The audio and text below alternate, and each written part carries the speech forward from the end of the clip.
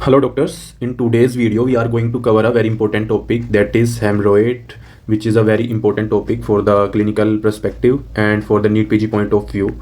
We are going to cover every short detail with logic behind the every concept, and we are going to cover these subheadings in this topic like anatomy of anal canal, blood supply, lymphatic drainage. Then we are going to cover the etiology of piles, clinical feature, degree of internal hemorrhoid, complication management, and all these complication and surgeries with the help of images. So first of all, we are going to discuss about the hemorrhoid. So what is the actual meaning of hemorrhoid? He means blood, and roids is a Greek word which means flowing. So in simple word, there is the flow of blood from the anal canal. So this is the actual meaning of word hemorrhoid. So let's start with the anatomy of anal canal. I am going to cover the anatomy of anal canal with its clinical perspective, which is of utmost important in topic of hemorrhoid. So first of all, we are going to discuss the anatomy of anal canal. So here you can see this is the rectum, the last part of large intestine, which is have a constriction ring here due to the presence of this puborectalis muscle here, and then it's continue into the anal canal. So this is the anal canal and it is 3 to 4 centimeter long. So rectum continuation into the anal canal, and it is divided here into rectum and anal canal by the anorectal ring, which is formed due to the puborectalis muscle, which is the part of levator ani muscle itself. So here in the upper part, so this is the pectinate line here. This is the pectinate line which divides the anal canal into two parts, upper and lower. This is the upper part and this is the lower part of anal canal divided by the pectinate line. So in the upper part of anal canal, these are the folds of mucosa which form the anal columns, and these structures here are known as the anal valves. So these anal valves fuse with each other and form the pectinate line, which is the part of anal membrane during the embryology of anal canal. So this is the pectinate line, and which divides the anal canal into upper part and the lower part, and this is covered by the on the side by the internal anal sphincter and external anal sphincter. So these are the sphincters. This is the internal anal sphincter and this is the external anal sphincter. This is the pubis rectalis muscle, and these are the part of external anal sphincter. First of all, this part is subcutaneous. This is the superficial part of external anal sphincter, and this is the deep part of external anal sphincter. So this is the anatomy of anal canal. So for the blood supply, the upper part of anal canal is supplied by the superior rectal vein and superior rectal artery, and the lower part of anal canal is supplied by the inferior rectal vein and the inferior rectal artery. So these are the points about the anatomy of anal canal. So we are going to discuss the clinical importance of these in the next slides. So here you can see the previous slide in a picture form. So this is the dentate line or pectinate line, which is going to divide the anal canal into the upper part and lower part. So these are the anal columns and these are the anal walls. So this is the pectinate line. So the hemorrhoid which arise above the pectinate lines are known as internal hemorrhoids, and the hemorrhoids which arise from the lower part of anal canal are known as external hemorrhoid. So the internal hemorrhoid are the venous engorgement of superior rectal vein, and the external hemorrhoid are the varicosities of inferior rectal vein. This is the two types of hemorrhoid on the basis of their origin and from which vein they arise.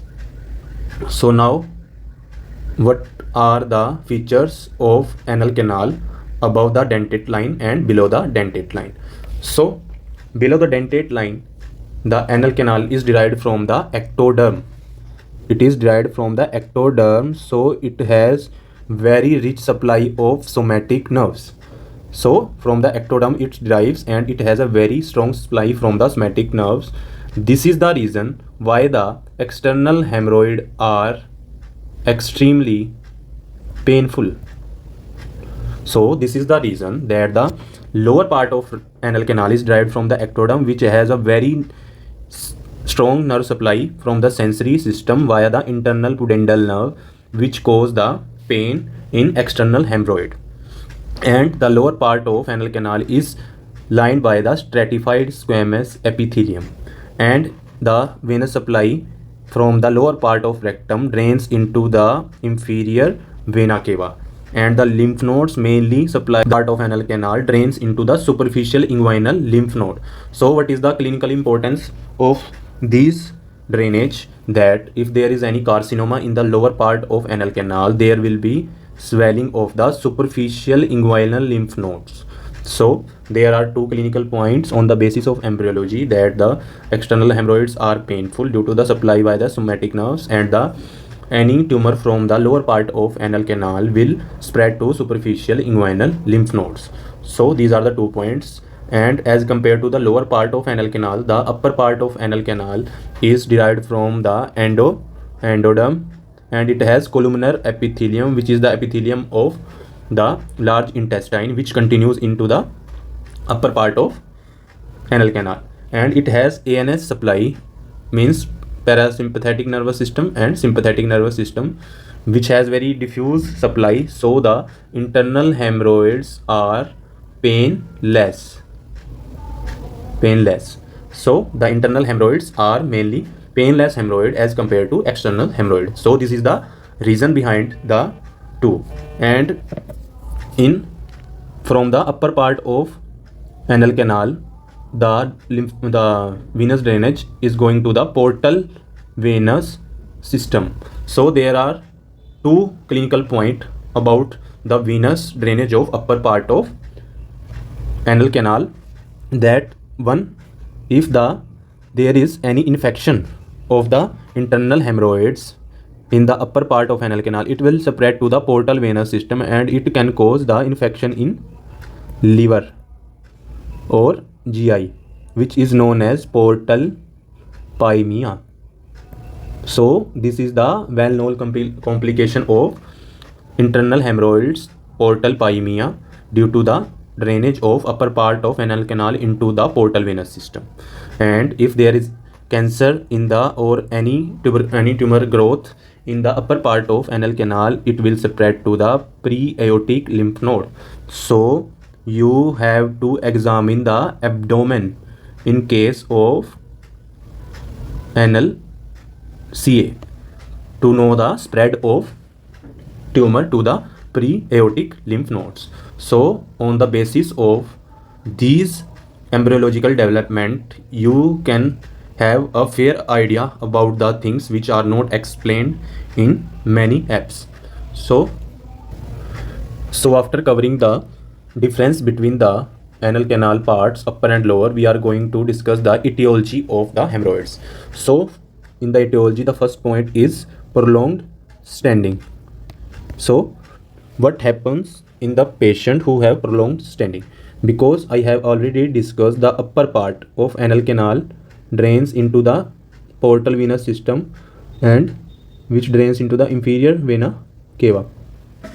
So in the patient of the prolonged standing, as you know, there are no valve in the portal venous system. So due to the prolonged standing, there will be the blood accumulation in the portal venous system, and which promotes the varicosity in the superior venous plexus, and this engorgement of superior venous plexus lead to the formation of internal hemorrhoids.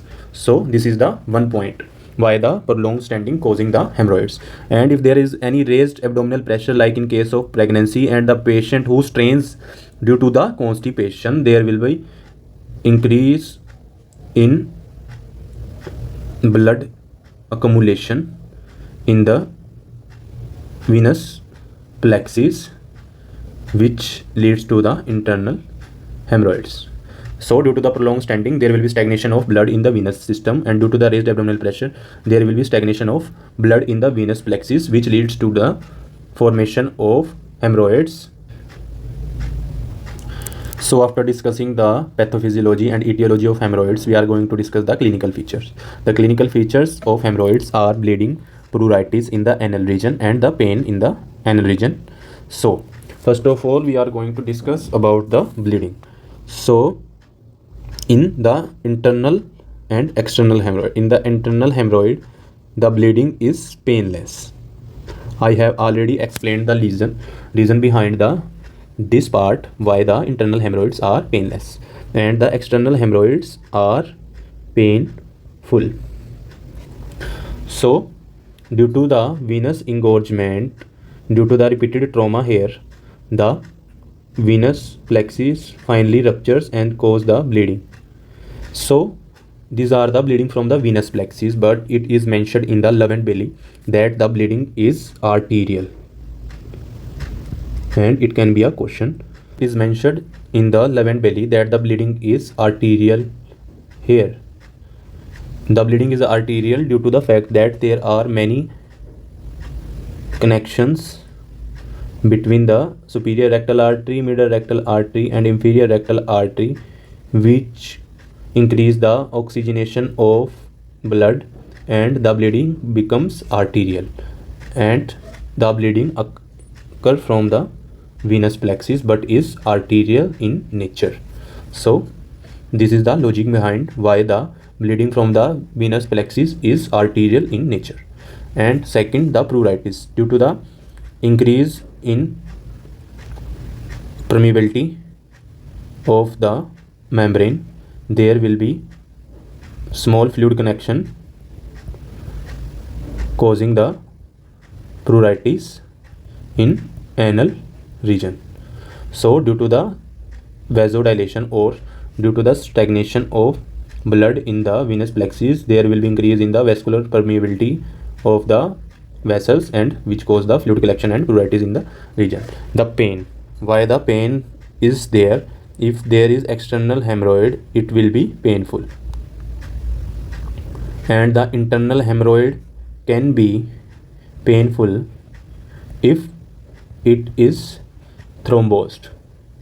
So if the patient complain of pain in case of hemorrhoid, you will consider the two differential diagnoses in your mind. Either the patient has external hemorrhoids, or if he has internal hemorrhoids, the hemorrhoids will be in the thrombosed state. So these are the three clinical features of hemorrhoid. So after discussing the clinical feature, we are going to discuss about the degree of internal hemorrhoids. So mainly there are 4 degrees. So what is the importance of knowing the degree of internal hemorrhoid? Because our management part only depends on the degree of internal hemorrhoid. If the hemorrhoid are first and second degree, we are going to manage them conservatively, and if the hemorrhoids are third or fourth degree, we are going to manage them with the surgical procedures. So what is the first degree hemorrhoid? In the first degree hemorrhoid, the patient only complain of bleeding, only bleeding. There will be no prolapse. But in second case, the patient complain of prolapse of hemorrhoid, but the prolapse reduce spontaneously. And in third case, the prolapse will be there, which the patient have to reduce manually. He will put it inside the anus manually. And in the fourth degree, there will be no reduction of hemorrhoid on the manual action. So there will be no reduction of hemorrhoid in the fourth degree. So this is the degree of internal hemorrhoids. So what happens if the patient don't see the doctor in case of hemorrhoid? There will be the complication. If the patient is untreated for a long time, there will be thrombosis or strangulation of hemorrhoid, and these complications are rare. There will be ulceration or gangrene, and there will be portal pyemia, which I have explained in the previous slide, that from the internal hemorrhoid the infection travels to portal venous system and then to GI or liver. So this is known as the portal pyemia. That's why we are prescribing the antibiotics to the hemorrhoid patients. So this is the reason why are you giving the antibiotics to hemorrhoid patient. So now we are going to discuss the diagnostic part, how to diagnose the hemorrhoids. So to diagnose the hemorrhoid, there is two methods, DRE and the proctoscopy. DRE means digital rectal examination. So you are going to put the jelly, lignocaine jelly, on the index finger and you will examine the hemorrhoid in the anal canal via the index finger. And to confirm the position of hemorrhoid, you are going to perform the proctoscopy. So this is the picture of a proctoscope. This part is known as obturator, and this is the actual picture of proctoscopy. So this part we going to insert into the anal canal, and after inserting this we are going to pull the obturator out and we are going to see from the hair for the hemorrhoids or any growth. So we will upload a new video on proctoscopy or DRE examination in upcoming videos. So what is the position of patient to doing these tests? First of all, the most common is the lateral. The left lateral position is the most common position which we are going to do the DRE or proctoscopy, and this is the gynecological position or lithotomy position, and we can do in standing and knee elbow position. These are the four positions of doing the DRE or proctoscopy. So here we have missed a point. The common position or site of internal hemorrhoid is 3, 7 and 11. 3, 7, 11 in lithotomy position. So my next question is, why is the position of internal hemorrhoid mainly is 3, 7, 11? Because the superior rectal veins mainly has tributaries at these position 3, 7, 11. So this will arise here at 3, 7, 11. So the main tributaries of superior rectal veins present at the 3, 7, 11 position, which result into the formation of internal hemorrhoids at 3, 7, 11 position in lithotomy position. So this is the reason why the internal hemorrhoids occur at 3, 7, 11 position. So now we are going to discuss the management part. So first of all, the medical management, and if this fails we are going to perform the surgery.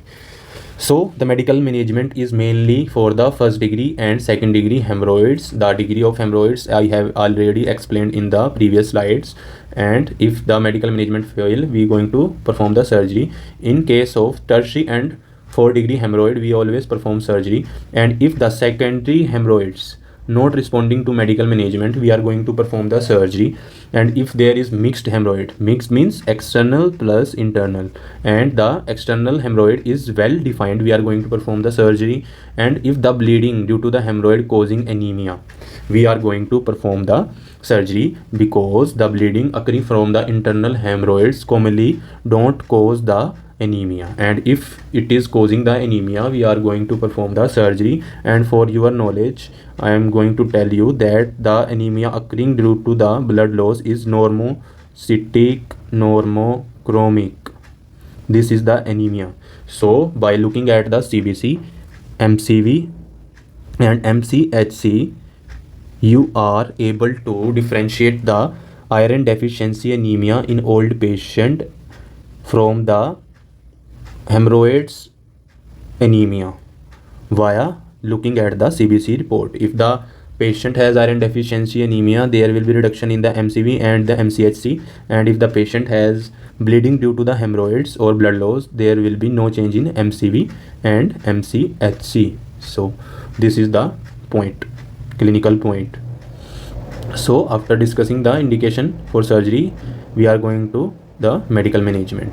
So I have already discussed that the patient due to the constipation, the patient has the complain of hemorrhoids. So first of all, we are going to treat his constipation by giving him high fiber diet, or we add some laxatives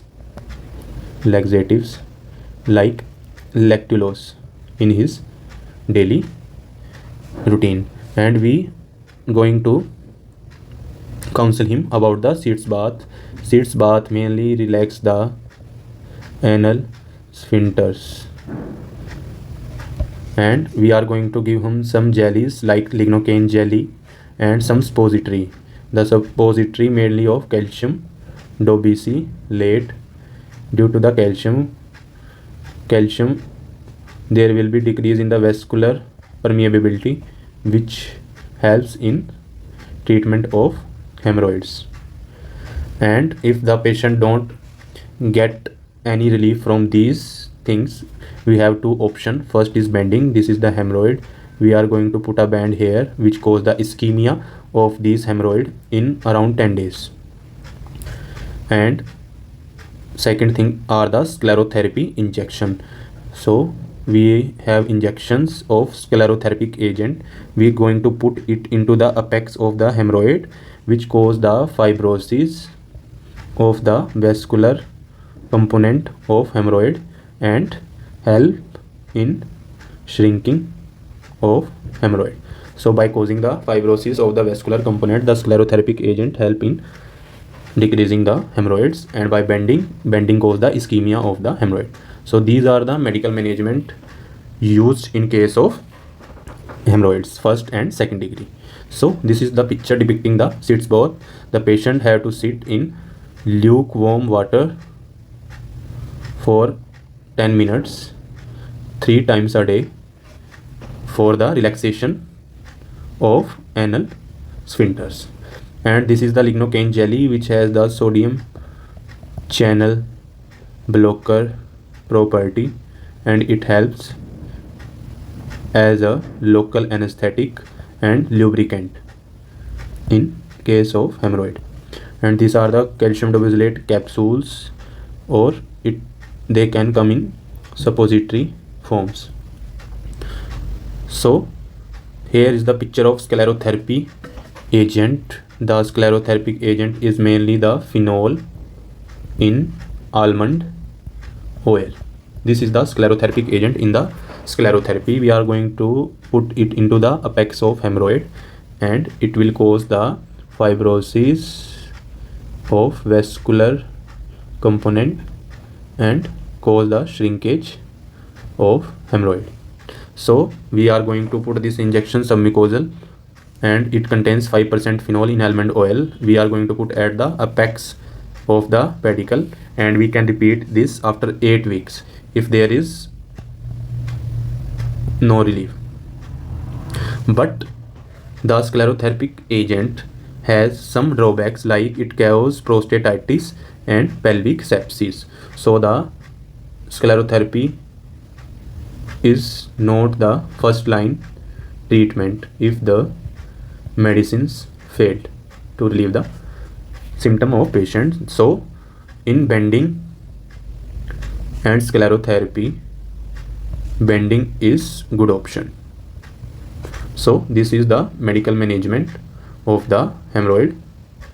Now we are going to discuss about the surgical options in case of hemorrhoid. So after discussing the medical management, let's discuss about the surgery option in the hemorrhoids case. So first of all, we are going to discuss about the hemorrhoidectomy via the 4 major techniques. So first of all, we discuss about the open technique. The open technique is known as the Milligan-Morgan, and the closed technique is known as the Ferguson. So what happened in the open technique? In open technique, this is the pedicle, this is the apex. So in open technique, we put a ligature here at the base of pedicle, which is via the Vicryl suture, and after tying this here, we are going to cut the hemorrhoid distal to this ligature. So this is the open technique. And what happens in Ferguson? In Ferguson, hemorrhoid like this, if this is the hemorrhoid attached here, we are going to cut this whole part. So hemorrhoid is excised with overlying mucosa. We are going to excise this, and after excise this, if this portion remains, we are going to put here the continuous suture. So remaining defect closed with the 3-0 polygalactin suture in continuous manner. So this is the difference between the open and the closed technique. So here I'm going to show you with the help of this picture. So this is the hemorrhoid which is plugged by the artery, and we are going to put a ligature here, and the distal to the ligature we are going to cut the hemorrhoid. This is the Milligan-Morgan or open hemorrhoidectomy. So this is the Milligan-Morgan. And what happened in the Ferguson, the closed technique? So here you can see the hemorrhoid. We are going to remove this whole hemorrhoid, and after that we are going to put the ligature here in the continuous manner. So we are going to close the defect. So that's why this is known as closed hemorrhoidectomy, Ferguson. So these are the two type of hemorrhoidectomy, open and closed. Now there is a staple technique in which we use the stapler to remove the hemorrhoids. So in stapler technique we are going to purse string suture. First of all, purse string suture like this above dentate line. So in this picture here you can see the dentate line. We are going to put a purse string suture here, and we are going to tie this suture with the shaft of this stapler, and from here we are going to shoot the gun, and it remove the hemorrhoid and seal the whole defect in a single setting. So this is the staple technique in which a purse string suture is used above the dentate line, which is tied with the shaft of the stapler, and then we shoot the gun from here, and it remove the hemorrhoid and seal the defect in single setting. So this is the staple technique. So there is another technique which is known as transanal hemorrhoidal ligation or Doppler guided hemorrhoidal ligation. So this is the Doppler guided procedure. So this is the probe in which we use the Doppler to ligate the blood supply of hemorrhoid. So these are the 4 techniques of doing the hemorrhoidectomy: open, close, stapler, and the Doppler guided hemorrhoidal ligation. So these are the surgeries. Now what are the complications of this surgery? There will be post-op complication, early complication like pain. The patient has pain in the anal region, and there can be retention of urine due to the spinal anesthesia, which can be treated by the catheterization. And there is reactionary hemorrhage. Reactionary hemorrhage means within 24 hours of surgery the patient bleed again. Then we take the patient to OT and again ligate the hemorrhoid, or we can cautery the hemorrhoid. So these are the 3 complications: pain, retention of urine, and reactionary hemorrhage. In late complication there is a secondary hemorrhage which occurs around the 7th day, and this is the rare. There can be anal stricture which can be treated by the anal dilator, and there can be anal fissure or anal abscess. And I have told you about the anatomy of the anal canal, that the anal canal is covered by the internal anal sphincter, external anal sphincter around these. So if you performing the surgery and there is injury to sphincter, this will cause the stool incontinence. So this is the known complication post-operatively in case of hemorrhoidectomy. So these are the importance of all the slides I have discussed early in this session, so you have a clear understanding about the complication or anything you don't know about them. So I have missed the bending image. So there is a image showing bending. In this we going to pull the hemorrhoid here, and we are going to put the band on the base of pedicle, which cause the ischemia, and in 10 days you have the better outcome in case of bending. So this is the all about the hemorrhoid topic. If you have any doubt you can ask in comment section, or if you have the PDF of this session you will comment in the comment section. I will upload the PDF link, or I will share the PDF to you. And I have already discussed that all our videos are having content of Love and Bailey latest edition 28. So all these logics and things are covered from the Love and Bailey textbook of surgery, the standard textbook. So for the more queries, or if you have doubt in any topic, for clear understanding, you can let me know in the comment section. I am trying my best to solve your queries. So for more, keep sharing, keep loving. Thank you very much for attending this session. Thank you.